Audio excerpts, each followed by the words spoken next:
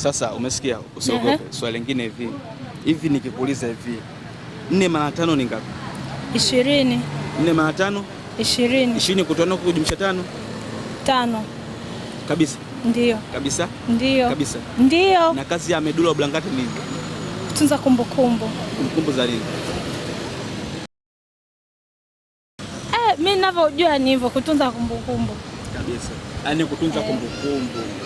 Kuna aina ngapi za ubongo? 3. Ipi na ipi?